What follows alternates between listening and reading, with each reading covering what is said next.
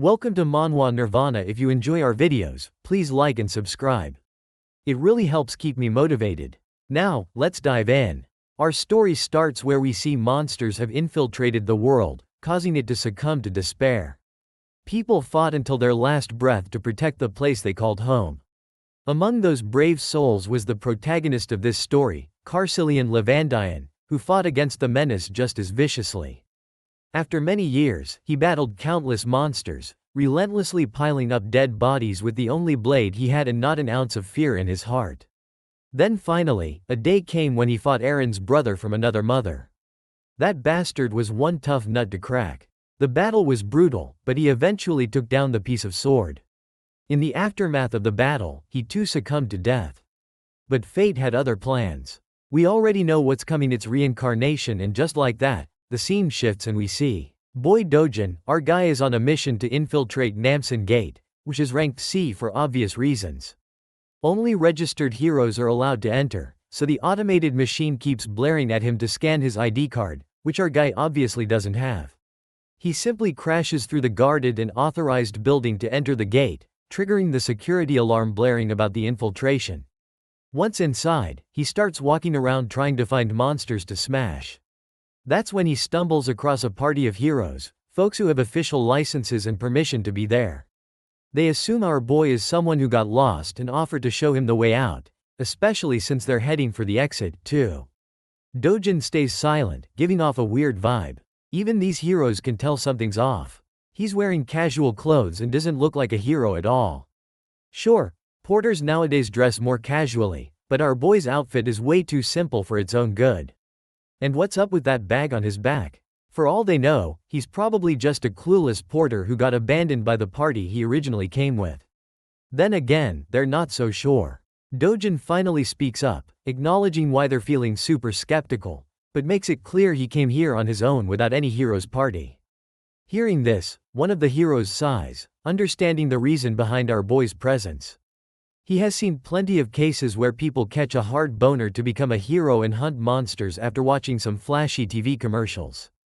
But that burst of motivation can get someone killed real fast if they barge into gates recklessly without going through legal procedures. First, you need to get officially certified as a hero. Then you go through training and testing. Not to mention, this gate is C rank for a reason. If you're a rookie just starting your career, you better go find an F rank gate before you lose your life for real. After listening to this dude yapping and generously handing out advice no one asked for, Dojin makes it abundantly clear he doesn't need shit. Naturally, the crew of heroes is bewildered by this kid clapping back with such a cold tone. After all, they were just trying to help. So they get a bit pissed, but the leader tells his comrades to hold their horses. If the guy doesn't want help, then fine, leave him be. The leader is confident this kid will eventually learn the hard way why you don't cover your ears when someone wise is talking. They hope he finds out just how unforgiving these gates are, unlike the TV shows that glamorize being a hero like it's the second coming of Christ. Soon enough, Dojin finally comes across a giant troll staring him down, ready to eat him alive. The monster unleashes an attack, only to miss and hit the ground. Bro moved so fast the troll couldn't even process what the hell happened. Then he balls up his fist and delivers a devastating punch, hard enough to blow the orc's face clean off. It's basically something out of One Punch Man, or Omni-Man on a killing spree. Now that the monster's out of the picture, here comes the juicy part. Time to loot, baby. First, he grabs the sword that bastard was carrying. Then he uses that same sword to dig further into the monster's body and extracts a shiny gemstone. It's actually a low-grade magic stone, so insignificant that Dojin never even bothered with them before in his previous life. But since he's broke right now, he's got no choice. Suddenly more monsters swarm the area, pissed after seeing their buddy decapitated. Dojin turns around and chucks the gemstone so fast it literally blows one of their heads clean off. The other two dumbasses charge in like they've got some death wish they want fulfilled. Well, Dojin's more than happy to grant it. While he's wreaking havoc, we cut back to the crew of heroes trudging through this monster-infested territory. Currently, their minds are still stuck on the encounter they had with that young man. The orange-haired woman is actually worried about Dojin's well-being, fearing he might end up dead. But the leader of the pack assures her that's highly unlikely. If he is some unauthorized guy who barged into the gate, agents from the control center will find him soon enough. Those agents on missions are always B rank or above. And since this gate is C rank, there's no way in hell he's dying here. As long as the kid steers clear of recklessly rushing at monsters, he's got no chance of losing his life. The Baldy agrees with his leader's assessment. He's pretty sure the arrogant Brad must be trembling in fear, waiting for the agents to save his ass from doom. Well, the story is pretty much the opposite. It's our guy who's literally making these plus-sized sandbags shake in fear. One punch and the prey is down. He's so fast they can't even touch him, let alone crush him under the weight of their blades. He appears right behind one of the dumbasses and delivers a kick so hard it demolishes the guy's head. With all the suckers down, he grabs one of their swords and proceeds to harvest the sweet magic stones all for himself. After a while, he's done stuffing his bag and ready to leave. Though honestly, he's pretty disappointed with today's grind. It's basically dead weight in his bag, all those low-grade gems.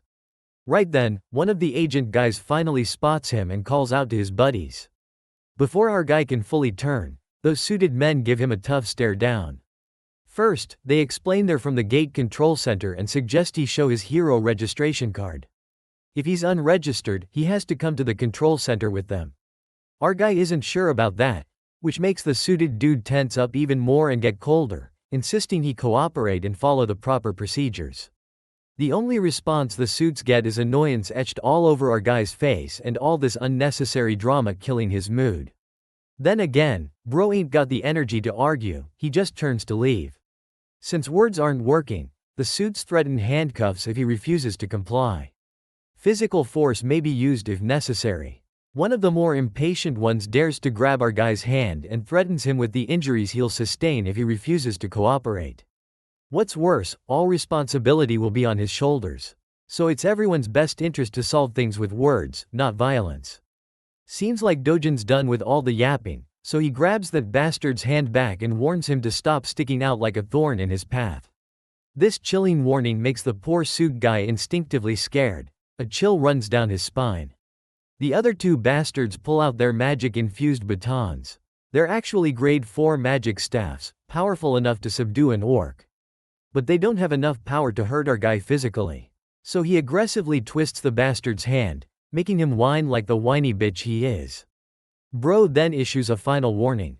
They better leave now if they don't want to lose the last shred of dignity they have left. Eventually, duty-bound suits are forced to retaliate with violence. They try their best to tag our guy with the magic staffs, but none succeed. Our guy delivers a crushing blow right into the back of one bastard, then hits another in the belly. Next he focuses on the guy in glasses, the last man standing. The last dude senses what's coming and gets tense. Dojin blurs away, vanishing into thin air, causing the bastard to panic at literally seeing a man disappear. Then, out of nowhere, comes a sneaky punch right into the gut, making the bastard stagger backward in pain. Seems like Dojin is tired of all the bullshit and agents chasing him, so he finally starts thinking about registering as a hero after all. The agent assures him that as long as he avoids shady or illegal stuff, no agents will be out hunting him. Dojin then questions this thing called a rift, a question that completely throws the agent off. Quick context on how this world operates. There are multiple passages connecting to another world where strange monsters live. These passages are scattered across the world. The gemstones harvested from monster corpses are used as new energy sources, making them highly coveted. Because of this, the government oversees these passages to maintain full control over each one. Every government-controlled and open passage for heroes is called a gate. Passages that aren't controlled or enclosed are known as rifts. Back to our boy, who finds it ridiculously annoying that these suits follow him everywhere, accusing him of trespassing no matter which gate he passes through. The poor agent explains that if an unregistered hero enters a gate without permission, the control center is automatically notified, and agents waiting nearby are dispatched immediately. Since our guy is thinking about entering a rift, the agent makes it clear these aren't as easy to access as any gate. Trespassing into a rift results in a strict punishment, no warnings, no plea deals. Dojin isn't interested in hearing any of that, so he grabs the poor guy by the face and throws him aside like a trash bag. By now, the poor agent regrets not calling headquarters. This shit's way over his pay grade. Before leaving, Dojin takes one last glance at the trash agent lying there, thinking about what a weakling this dude actually is. The weakling seems to have a fractured arm and is busy shouting threats, promising to catch our boy and put him behind bars. The scene shifts, and we see what happened after the MC's death. With his soul drifting through this endless void, he met a human boy hailing from some planet known as Earth. The boy's name was Seo Dojin, who was on the brink of death for unknown reason. Before dying, he wanted to make a simple request to Vandian, who immediately refused even before listening to what this boy wanted to say. After all, bro just wanted to die peacefully. He was done with all the hit. He lost his country to the monsters, lost his loved ones, and eventually died a dog's death? While this boy Seo Dojin didn't really want to live either, he desperately wanted his family to have a good life. Well, it seems like Vandian is finally ready to listen to this dude's request. What do you think of a boy who lights up like a kid in a candy store and musters up the courage to say he wants his family to live peacefully? And so, our boy gladly takes on the job to protect this boy's family and finds himself on Earth? Now rocking the body of a teenage boy? The scene transitions to Seoul, Gasian Digital Complex in Gyeongchun District. This giant building is now known as the Hero Complex. Here, all trades related to magic stones or anything found in the gates go down, and nowadays this place is busier than ever. Dojin can be seen heading toward one of the stores that deals in buying and selling magic stones. Upon entering, he's greeted by this Gen Z bastard, busy scrolling through brain-rotting Insta Reels. When Dojin says he wants to sell some magic stones, the cutting shop owner immediately starts preaching about his business, claiming this branch offers the highest prices to their clients. He even goes as far as saying they're the best in the whole country. Dojin finally puts all the low-grade gems smeared in monster blood on the counter, causing the store owner to put on this sour expression like he just got boned from behind. He's seriously grossed out by all the blood stuck to the stones. Regardless, he doesn't complain and moves forward with the transaction. Dojin is asked if he wants some coffee while the stones are being processed. A little while later, he is sipping coffee while the shop owner carefully cleans the blood off the stones. Afterwards, the owner calculates the total amount due. There are 12 low-grade magic stones, 16 medium-grade ones, plus 5 upper and lower-grade stones as well. After deducting a 40% commission, Dojin is set to receive around 5.5 million won. Well, our boy isn't too comfortable handing over 40% as commission. It just feels unfair because he did all the hunting and wasted his time. So how the hell does this bastard think he's entitled to nearly half the money? The shop owner proudly claims he's being generous, charging only 40%, especially since every competitor in this business charges 45% or more. He's so confident that he even offers Dojin to take his stones back if he doesn't like the price. After all, no one else will offer more, or at least that's what this bastard claims. Our guy ain't falling for that trap and starts stuffing his precious stones back into his bag. Seeing his tricks aren't working, the bastard grabs Dojin's hand before he leaves and demands compensation for the appraisal and the coffee he drank. It's 30,000 won for the appraisal plus an extra 10,000 for the coffee. Not to mention, all the blood he had to wipe off ruined his expensive towel. With everything added up, Dojin supposedly owes the guy around 350,000 won. Dojin isn't giving in to these unreasonable demands, no matter how hard this crazy bastard pushes. Seeing nothing's working, the bastard stoops to street-level tactics and threatens Dojin with the C-class heroes he has as his guards. Right then, those big guys barge in through the back door asking why they were called. If anyone's causing trouble, they're ready to deal with them. Dojin in response shoots a sharp glare at the bastard, who stares right back with the same intensity. A while passes and the scene cuts to the terrified, sweaty face of the shop owner, who had been acting cocky like he was the main character. But he got a reality check when Dojin took down his 3 pigs, without breaking a sweat, making it clear who the real MC is. My guy then walks up to the counter and smoothly negotiates the commission down to 1%, no questions asked. We all know there's no arguing when someone like Dojin is staring straight into your soul like that. So the deal goes through, and Dojin walks out with a fat stack of cash for the haul he collected with his sweat, or rather, his fists. His grandma and sister are both in total awe at the huge amount of money. Grandma Pa even suspects Dojin is pulling a fast one with fake bills. But the guy quickly clears that up, saying the money came from lending cash to a friend who started a business that ended up doing really well. Grandma isn't sure if her grandson even has a friend like that. He tries to convince Grandma with another lie that it was a childhood friend. Eventually Grandma stops asking questions, at least the big ones. Meanwhile, Dojin's sister is super proud of her big brother for making their family rich. The doting brother pats her and gives her hope about the luxury life they'll be living from now on. The little girl just jumps around happy to be rich. Watching her so happy, Dojin realizes he's actually making progress fulfilling a promise he once made. He remembers the words of the owner of the body he's possessing, whose one dying wish was for his grandma and his half-sister Yunyang to live safe and happy lives. That poor guy disappeared right before Dojin could say anything. And when he woke up, he had become CEO Dojin.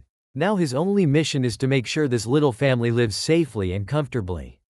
For that, he wants to buy the safest house in Korea, which currently costs 110 billion won. For him, making money won't be an issue as long as he gets his original strength back. This world shares a lot of similarities with the one he came from, the one that was destroyed. The only big difference is that rifts, gates, monsters here are all marginally weaker than the world he once saw fall. To him, who held the title of Sword God in his previous life, this place is nothing but a sandbox.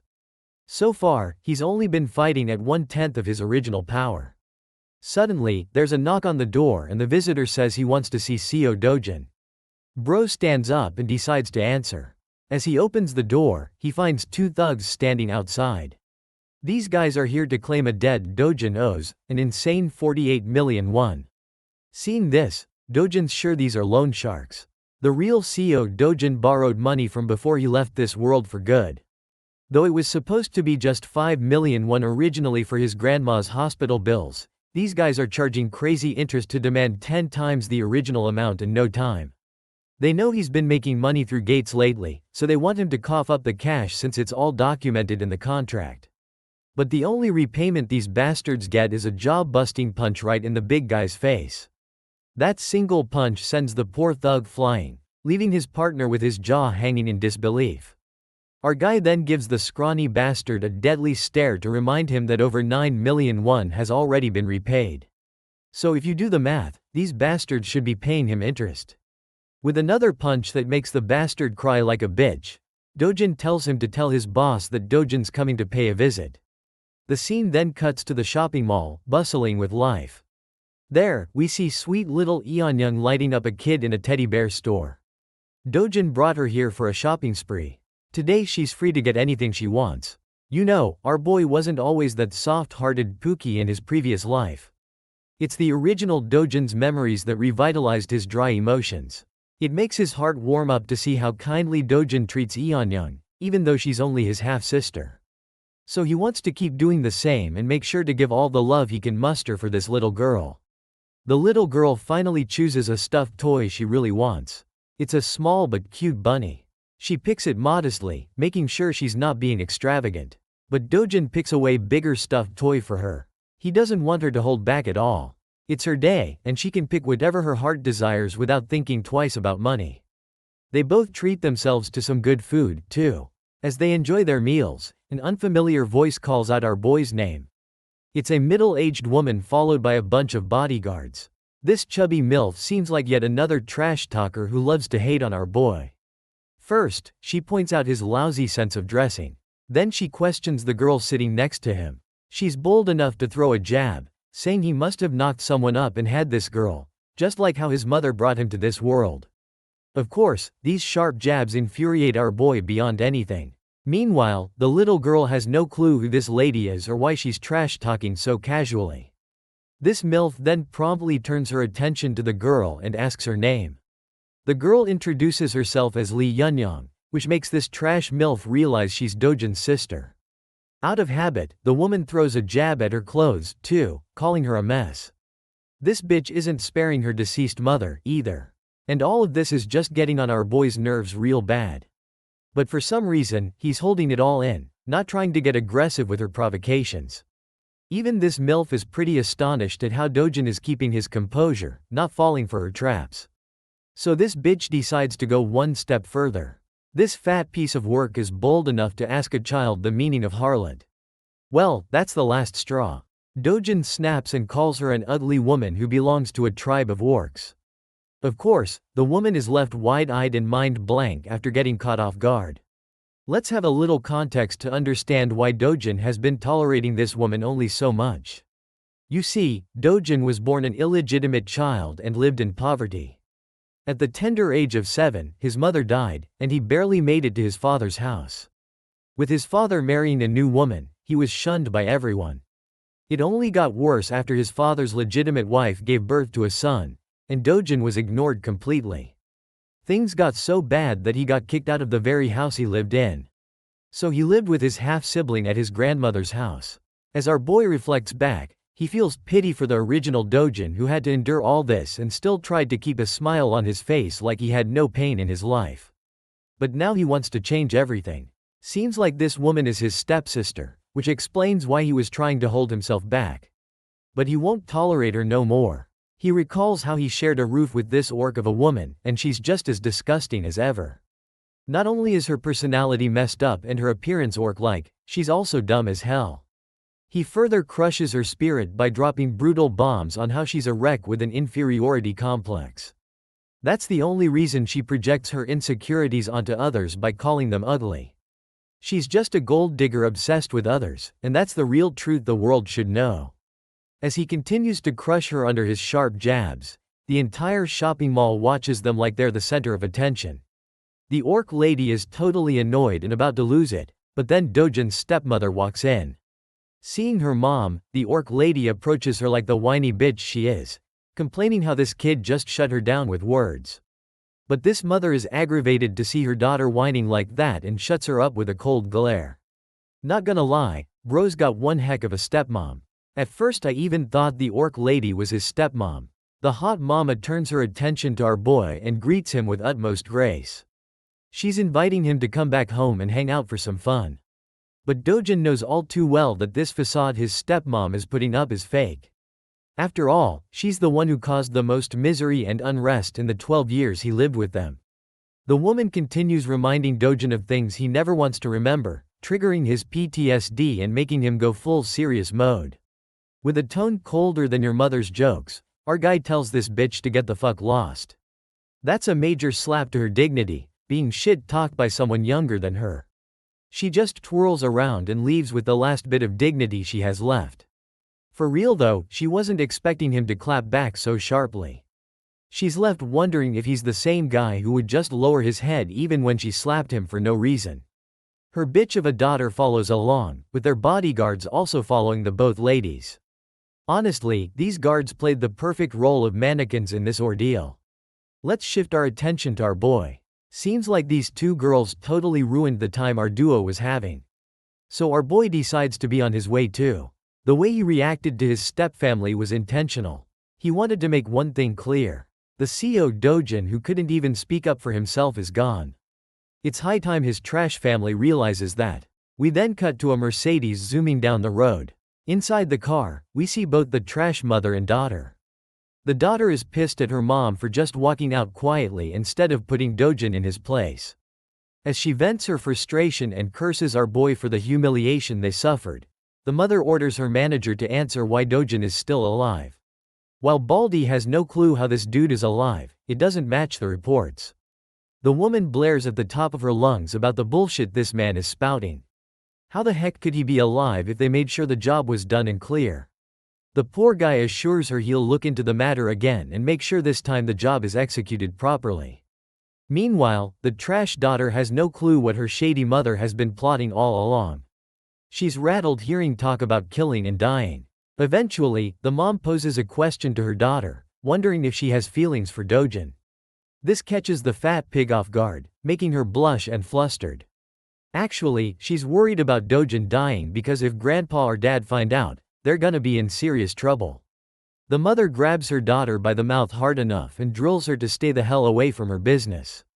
The mother is dead set on claiming Dojin's life, with no plan to spare him, especially not after how he dared to talk back to her. Getting rid of him is the best revenge she can think of.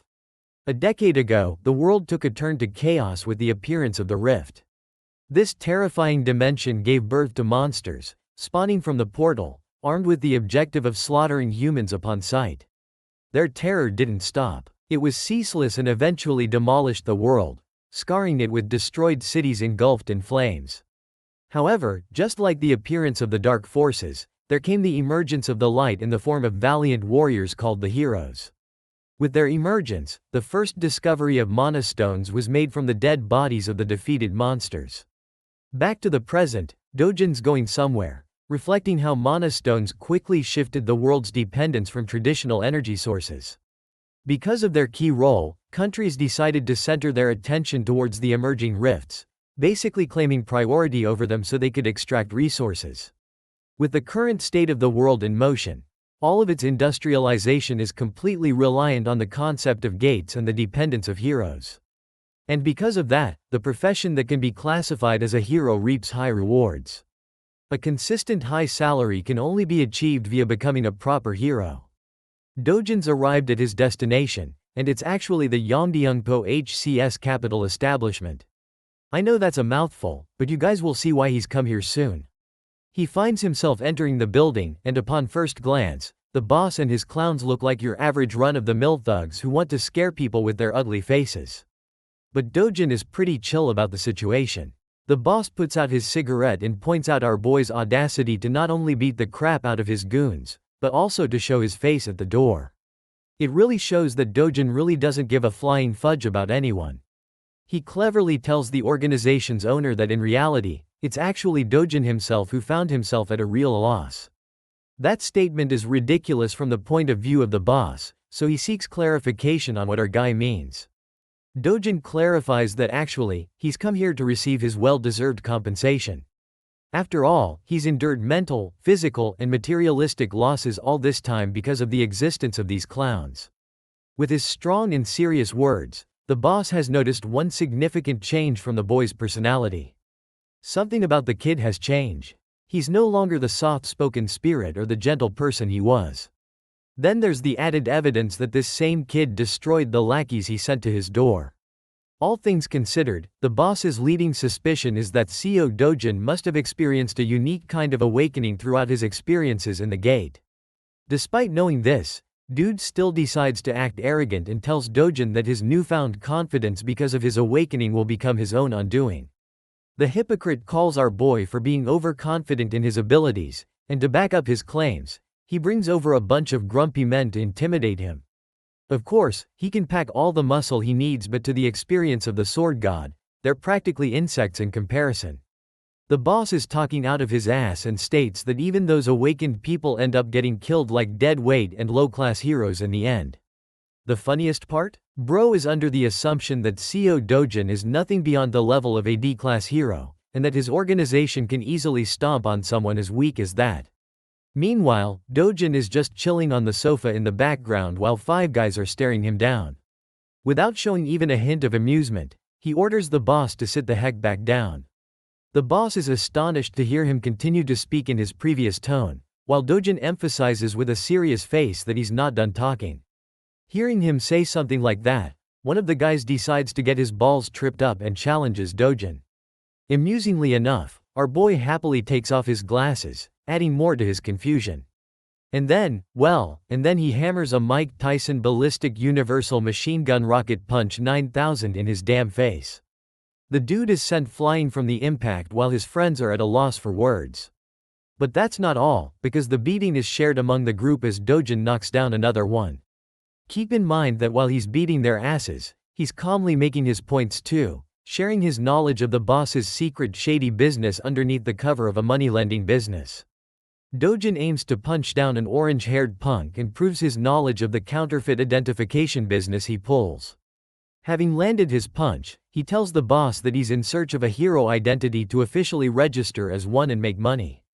Ducking the strike of the final guy, Dojin returns the blow with triple the love, and that's how he made the entire group sleep with his special sleeping routine.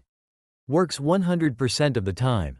Dojin continues his demands, stating that he's in need of a foolproof identification that doesn't cause any trouble for him in the future. The boss is left starstruck by what happened in the span of a few seconds. Our boy reminds him that he's only got one day to forge the identity for him. Some of the men didn't intervene in the fight. The boss is out here tripping for life as he begins to question and assess Dojin's skill level. At the least, this guy appears to be B-class in strength.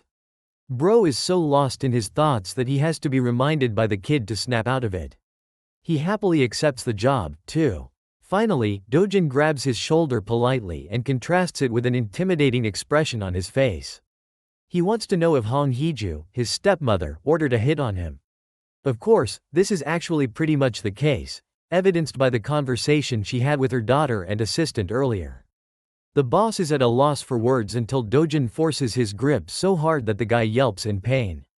Even his scrubs are looking helpless for their boss. Anyway, the boss breaks down and reveals her heinous strategy. This cruel, scheming woman actually wanted to suck the life out of Dojin's bank account, forcing him to so much financial instability that he doesn't have any other way but to take his own life to escape from it. Dojin hears this, and after enough of his begging and crying, he lets the man free, questioning if that's also one of the reasons they locked him inside the gate. The boss turns into an innocent little guy who had nothing to do with that incident, even going as far as to reveal that he wouldn't get paid for the execution if he died inside the gate. That's probably one plausible reason why he couldn't have done something like that, and it already has Dojin thinking. He utters the words Kong Chul Wu, which is actually the name of the guy who brought him to the gate in the first place. Effectively, Dojin wants to know every last piece of information of the guy until tomorrow. With his two demands stated, he leaves politely, completely changing the atmosphere of the room from which he first entered. After that conversation, Dojin is left with a deep contemplative state again. The real CEO Dojin only had one desire. He wanted to protect his little sister and his beloved grandmother no matter what. On top of everything that happened, it just adds another layer of misery and shows the kind of life the poor kid had to endure while being helpless. But not to worry, because the sword god is ready to do what he must in order to set the record straight. The following day, guess what? Our boy's officially registered, and he's also got a B-rank rating. Tapping the card on the machine, he proves the card's legitimacy because it recognizes his identity into the system. However, it warns him that the rank is still lower than the dangerous quest he's about to take. This is actually pretty annoying to our boy, who thinks that maybe he should have peeved the bastard to assign him a higher rank so that he couldn't run into these problems. Despite the system's repetitive warnings not to enter the gate far above his level, Dojin doesn't give a damn and goes anyway. Let's talk about the specifics of the Night Island gate. It's actually just a B-rank gate, but the logic doesn't mean a B-rank hunter can survive it. Heroes are always recommended a class higher than the gate rank for mission safety. Anyway, the scale of the dungeon is considered rank D, which means it's spread out and will be difficult for solo hunting.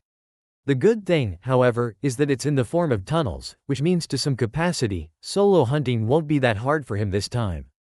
Because of the gate's scale, it is highly recommended that an A- rank hero take on the task. But the words risk and danger don't exist in our boy's dictionary. If anything, the worst that could happen is that he'll have to face off against an entire fleet of monsters in a narrow tunnel with little to no room. Dojin smiles at his first opponent, which is a giant serpent with a chaotic purple aura. For most heroes this would be a sign of terror, but for him this is a sign of good luck as he prepares his gauntlets to get the battle started. They do their best to attack, but it's pointless because our boy is such a killing machine that he snatches and collects the mana stones like the monsters never even existed. The Black Killing Viper is a class of monster that is known for its hyperactive paralysis poison that can knock anyone down even with the slightest contact. With that in consideration, Dojin charges to propel himself at bullet speed and launches full swing. In a short span of time, he's about to slice and dice the creature all over its body, splashing blood until he severs the monster in half. With the creature defeated, Dojin notices his equipment. The gloves he purchased are ensuring the poison doesn't get in contact with him, and for the price of 300,000 won, they're holding their ground. Returning to the hunting session, Dojin turns his attention to 4 more of these ugly limbless lizards and begins blasting right through their heads with his powerful speed. More and more blood splashes out until the vipers are sent to the afterlife. Dojin stands there, busy searching for a bunch of magic stones by clawing from the monster's flesh. To his disappointment, there isn't any magic stone around, but this is according to the rules of the previous or the original world, and in that, these monsters only have a drop rate of 3% for mana stones. This means that he's got to hunt down at least hundreds of them for good loot. Walking his way along, he discovers Mr. Bonehead. You might be thinking it's the boss, but Dojin's got a different opinion, and as he asks the oversized serpent if he's the boss monster, because definitely the snake will answer like a good friend. Anyway, Dojin thinks it's a good thing this big guy appeared because he won't have to worry about getting lost anymore. Spiraling into an immediate strike, he plans to end the battle quickly to return home. But then, an unexpected thing happens. Despite having successfully landed a brute strike, his punch doesn't have any effect on the creature. Bro just gave him a tattoo on the head instead.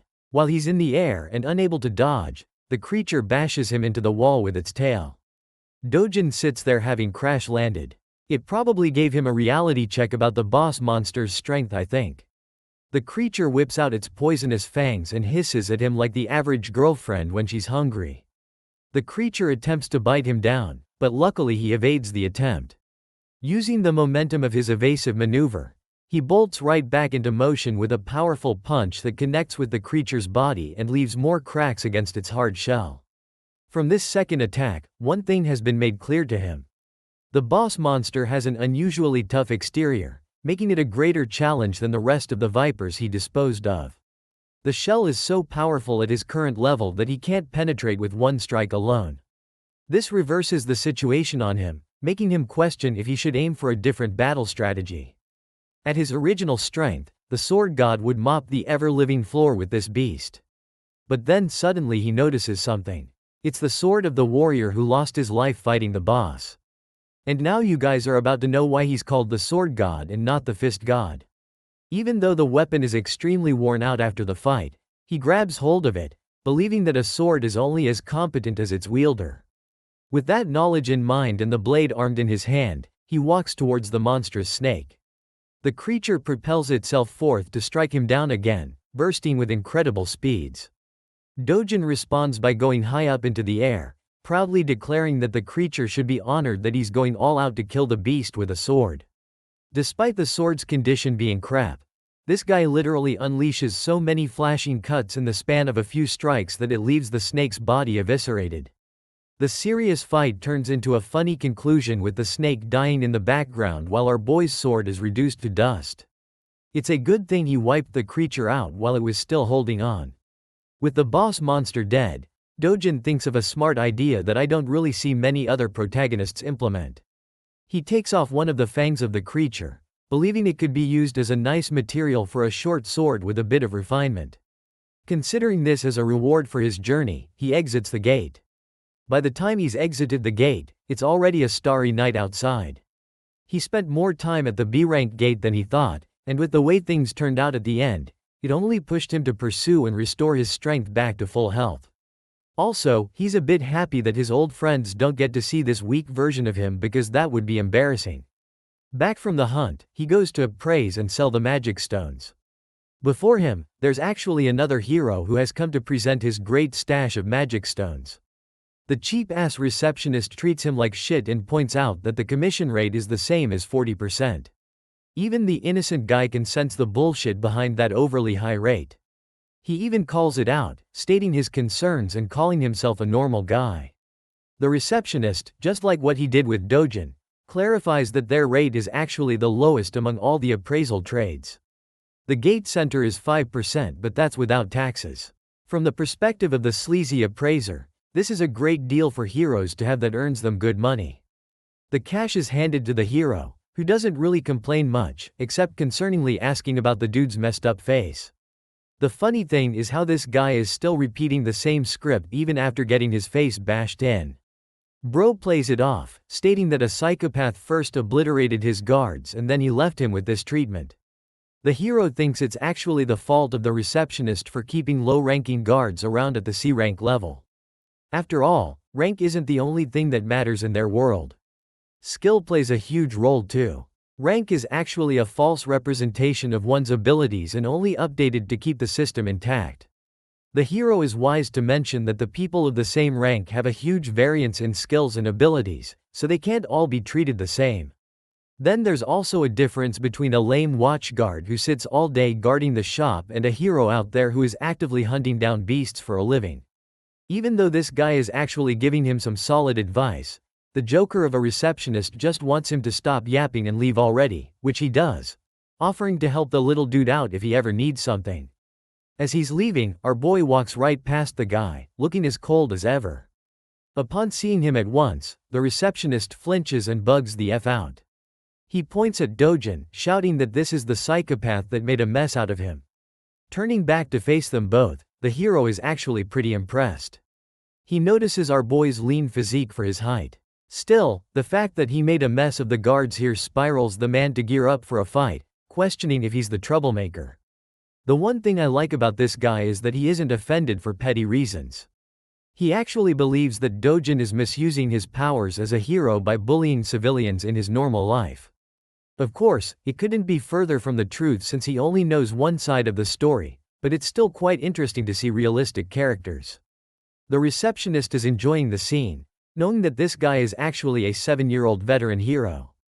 If something happens to him here, the guy has plenty of connections he can abuse by giving them Dojin's name. Without really giving a damn about who he is, our boy turns back and simply tells the boomer to piss off.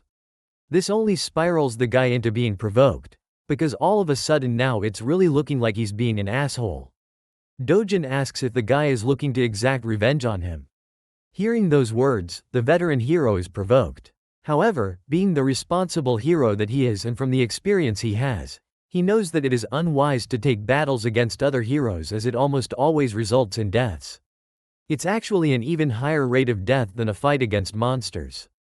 Recalling that fact, bro literally chills out and turns his back, leaving the receptionist at a loss for words. Dojin turns to the sleazy appraiser and asks if he's got a problem he's looking to address. Before the guy could answer, he tossed a bag full of magic stones to appraise and convert into money. These precious shiny babies are all high-grade magic stones, which really begs the question on who this guy really is from the perspective of the receptionist. Calculating the amount winds up to be a total of 150 million won. It seems like a lot at first glance, but to Dojin, it's far too little for a day's worth of hunting. He asks for the cash, but the receptionist reminds him of the commission rate they have to calculate beforehand, which obviously draws a scary look from our boy. Remembering that the rate is only 1% in their little deal, he cools down and tells the guy to wind up the rest of the amount to him. Now, inside the mind of the hilarious appraiser, he wants to beat the shit out of the guy for having so much audacity, but it's only in his imagination that he can do that. Speaking of which, the receptionist expresses that there has to be approval from upper management for an amount this huge. Without wasting another breath, Dojin demands that he get the approval right this instance, so the guy quickly phones his boss, whispering the details of their situation. But before he can smoothly wind up a deal, Dojin snatches the phone and directly tells the boss to hurry up with the payment. The boss is okay with doing so, but he just wants the phone to be handed back to the employee. Returning it with pleasure, Dojin accidentally, or should I say intentionally, smashes the phone into the wall. The employee is shivering at the sight of his smashed device, as Dojin instructs him to quickly prepare the money now that things are cleared up. And that's how the receptionist prepared numerous bags full of cash for the transaction. By the end, the guy is left devastated at being forced in such a way. Maybe you guys feel pity for him, but remember, he continues to scam nearly half the amount that ordinary heroes earn after risking their lives. He's a scumbag. 10 minutes passed and the boss quickly found himself at his store, enraged at why his employee wasn't picking up the phone. The hilarious part is that the receptionist throws in the towel and embraces an immediate resignation. The boss then sees the guy's phone smashed into the wall, giving him a good idea of what went down. Seeing this, he pulls out his phone to call Dojin, requesting that she come here at once. Dojin appears to be a famous young woman donning beautiful purplish pink hair. She's so recognizable in public that people are celebrating her name as Yun Dojin and treating her like a celebrity, not to mention that she looks dope as hell with that outfit. She arrives at the store and stuns the receptionist with her presence, giving him a nice greeting with a smile. There's a big reason why everyone's making a big fuss about her. She's the country's 4th S-rank hero in the lineup, nothing short of amazing. People have sprouted rumors that she's the niece of the boss, but then it makes him question what she's doing here. Confirming the claims, Dojin expresses that she was called here on behalf of her uncle's request to take care of a reckless hero. Intrigued about the situation, the stylish S-ranker sits down, ready to hear what's going on. In the next scene, we can find our boy with his absolutely ripped body meditating out in the sun. It's true that he's been hunting for a whole day, and yet the rewards he reaped from it weren't amazing at all. With the way things are going, he's worried about the future. First and foremost, he needs to get to a level where he can clear S-rank gates on his own. That means he has to train to restore his original strength. You heard that right, boys. It's training arc time. Dojin's biggest challenge in this current life is that unlike the previous world, the mana density of this one is thin. That means that even if he does his best to gather mana with his current rate, it will take 3 years at the minimum to come close to his original strength. Even more if things get rough. On the bright side, he could aim for better equipment for battle. But the issue is, even the most terrible equipment easily runs for hundreds of millions, so that would be wasting money. Suddenly a chill runs down his spine as he senses the presence of someone dangerous. Fixating his sight on Yunyang, he grabs the little girl at full speed and demands that everyone go inside quickly. Back inside, he shuts the room down while his grandma eagerly questions what's going on. The entire structure shakes with a loud quake, making his grandmother flinch and question in terror if they're having an earthquake. Little Yunyang is in a state of panic, but the truth is something only our boy knows. This isn't just an earthquake, it's something else. Dojin senses the sharp and violent energy outside. A rift has just cleaved open into their world, and it just so happens to have manifested on top of their house. Rushing to take care of the problem, he tells his loved ones to stay inside as the situation outside is dangerous for them. At full speed, he cuts into the entrance of the rift, where the last thing he hears is the cries of his grandma and his sister calling out his name. The scene switches to the Soul Hero Association, where its members are made immediately alert at the sudden emergence of a rift on top of the Mappo region. It appeared after 63 days of the last emergence. Realizing that the White Lion Guild is the closest to Mappo, the manager wants his staff to contact the guild at once and alert the nearby heroes to join in to control the situation. Upon closer inspection of the rift's exact location, he discovers that the rift appeared on top of a residential home. This is a tricky situation even for them, because if on the off chance a civilian enters the rift, they're practically guaranteed their demise. Not to mention that the rift won't allow anyone else to enter after that. And if the person inside dies, it will send out a wave of crashing monsters in 10 days' time, causing chaos and destruction for the people living in the region. The monster wave would become so uncontrollable that Seoul's safety will be fully jeopardized. The manager is curious about the person who interacted and entered the rift. Turns out that they know CEO Dojin has taken action as he's the resident of the home. According to his grandma, he entered the rift to protect his family. From this information, they are under the impression that he's not a hero. And that complicates things because the chances of an ordinary civilian returning from the rift is next to impossible. This causes the entire staff to feel despair and helplessness for the situation, as they can do nothing. In the next scene, we actually find Dojin's pissed-off stepmom annoyed hearing the news of his new awakening. She can't believe her ears. Her assistant reports that while he hasn't officially registered with the Hero Association, they've come to verify that he's indeed now an awakened individual from his last gate experience. This makes her frustrated because Kong Chil-woo was supposed to finish the job, and instead it only made her target even stronger. Going batshit crazy, she smacks her fist on the table, questioning why the hell they couldn't just manage to kill the guy on their own. The fact that they also took money for executing a failing job is also a reason for her to get angry. Roaring at manager Lee, she declares her frustrations with Kong Chil-woo by sending him a message. If he doesn't kill Dojin personally, he'll owe her 10 times the amount in return. But to her surprise, her assistant surprisingly reveals that they may not even require contacting the guy anymore, sharing the discovery of the new rift just on top of Dojin's house. Having confirmed that he entered the rift, it's clear-cut that he won't be making out alive. Hong Hee-ju is happy to hear the news and the implication that he won't make it out alive.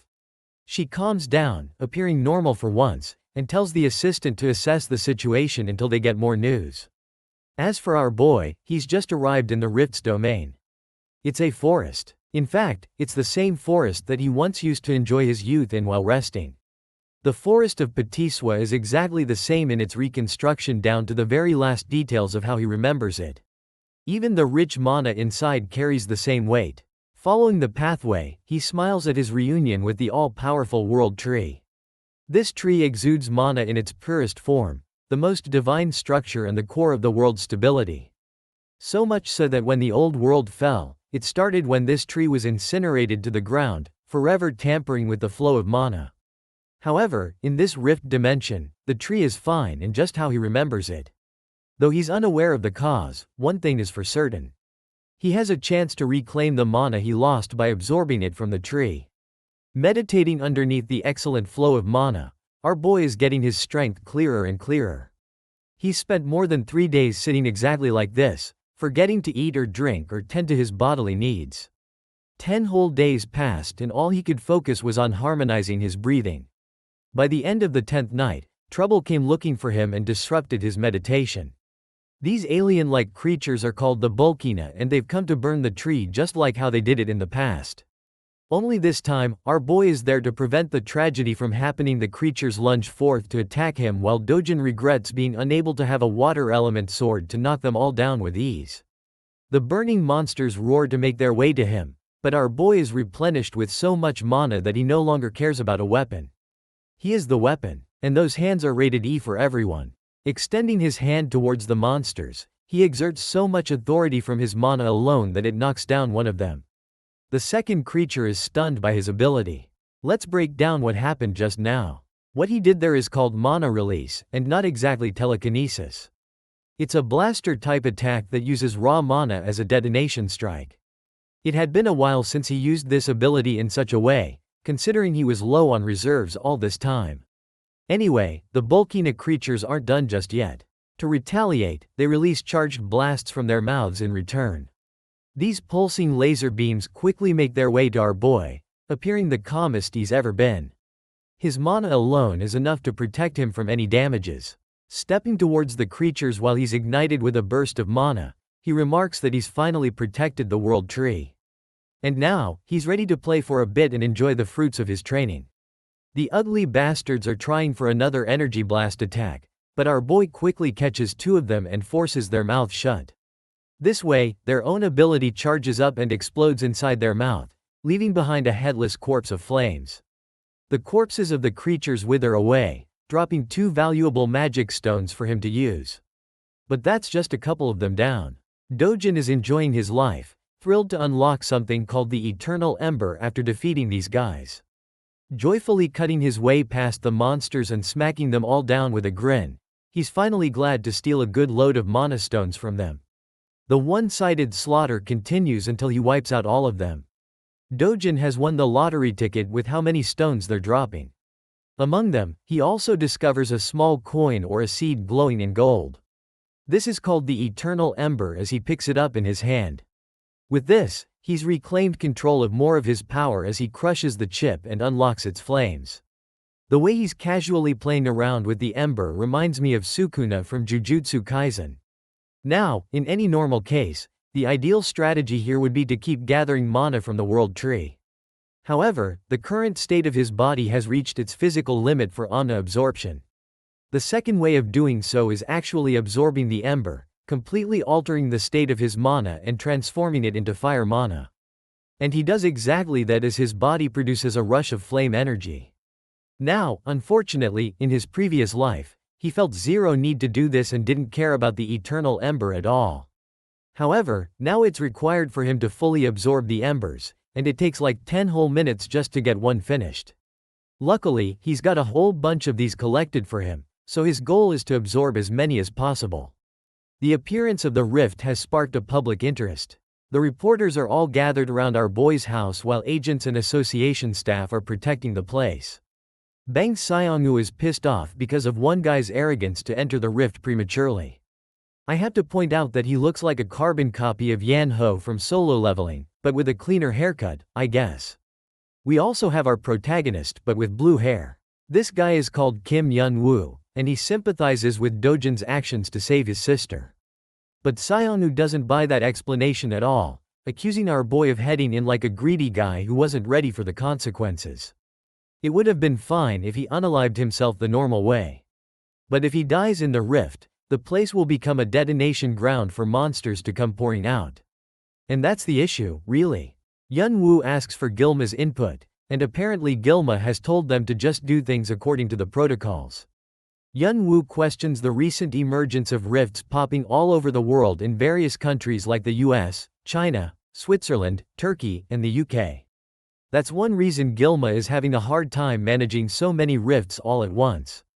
This kind of phenomenon doesn't really happen every day, and yet some of the nations were able to easily contain the threat with ease. But for South Korea? They're out here pissed as hell, because their situation could very well turn into a disaster because of one guy. Seonwoo is so pissed that he wants to beat the crap out of the dude who went in and is begging for the rift to throw him out. Speaking of the gargantuan Purple Gate, 28 days have passed since its first appearance. The same goes for the number of days Dojin has spent inside. Now, the Hero Association is afraid, and has already cautioned the threat as a level 1 wave. Dojin's identity isn't revealed to the world just yet for privacy reasons, but they're calling him Ordinary Person S for now. While the rest of the world is clueless about Dojin's identity, the boss of the money-lending organization catches on quickly and connects the dots. Even his assistant confirms the report to verify the information of his involvement. Kim Young-ji-yu plays as the right-hand man to the president Wang Chong-seob. Chong-seob is curious and wants to know Dojin's chances of survival to make out in one piece. Yes, I said the thing. As a ritual of this channel, the One Piece is real. Moving on, the assistant is pretty damn certain that an ordinary person has roughly less than 1% chances of survival. But the mere mention of Dojin being treated as an ordinary person carves an amusing smile on Chong-seob's face.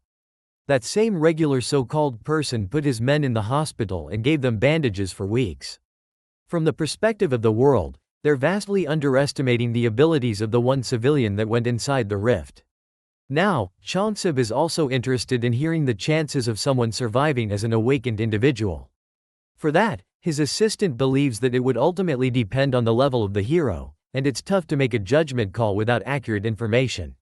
Even Chong-seob admits that fighting ability is different from pure surviving ability, and then it introduces a whole different level of complications when you're inside a rift of all things. Anyway, one thing is for certain. The bastard hasn't changed his ways. Chong-seob wants to protect Dojin's family, but not for noble reasons. Nah, this scumbag intends to sell the organs of his loved ones in case he doesn't make it back. And even if he does, he's gonna pin the blame of debt on him for taking care. This guy's the embodiment of a leech. The scene transitions to the mesmerizing world tree. Here, our boy is going full speed into his training arc as his body is now thriving with flame mana. He doesn't even know how much time has passed, but he's been grinding by absorbing hundreds of the firestones. With this, he's acquired so much fire mana that he can use it and manipulate it in any way he deems fit. Not to mention his resistance to the flames has increased as a side effect. Comparing his past self with his current self on the basis of fire attribute alone, he thinks he's surpassed his past self in a small capacity by mastering this ability. Embracing the world tree, he shares a tender moment with it. It's always served him in the time of need, even in the past, and even now. Because of that, Dojin is grateful for everything it has done for him. As for his mana stones, he's made up a small bag using vines to store them all. With the stones collected and stashed, Dojin fully understands that he'll probably never get to see the angelic tree again. But even still, he's hoping for their paths to cross if the divine tree ever finds itself in danger. Because when that happens, he will be ready to protect it with his life. That night, Dojin finally steps out into the outside world, emerging from the rift as a whole.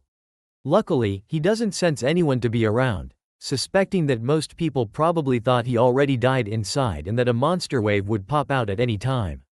However, he does detect the presence of someone strong nearby. Deciding to chase them down, he rushes to find the source. Shortly afterwards, he stumbles across the two agents, one pissed off and the other relaxed, both Hyunwoo and Sungwoo from last time. Now he understands that these guys probably represent the association from their outfit alone, which means in the off chance he gets caught, things will get really problematic. To combat that issue, he whirls up a ball of flame and chucks it into the air with a forceful lunge. That attack winds up finding its way across the building, resulting in a loud explosion upon detonation. Both Hyunwoo and Sungwoo were on red alert the moment they heard the crashing sound. Realizing that it's actually fire, they decide to chase after it. There, they discover a bunch of people standing in horror. Sungwoo questions what the hell is going on in the chaos. Meanwhile, our boy is impressed with his flame power so far. Its precision is good, so it will do him wonders. In the memory of his old friend called Tusk, he wonders if the mage would be impressed by his current level of flames. After all, Tusk was known to be the strongest fire mage on the continent, and they shared a good bond. Suddenly, Hyunwoo's sharp senses alert him to look for the rift. It appears to be acting up and right before their eyes. It disappears into the mist. Both of the agents rush to the site to see what's going on. When they arrive, they can't believe that the rift's connection to their world is no more. As for our boy, he's just making his way to his next destination without any problems. That's it for today. Don't forget to like, comment, and subscribe for more awesome manhwa content.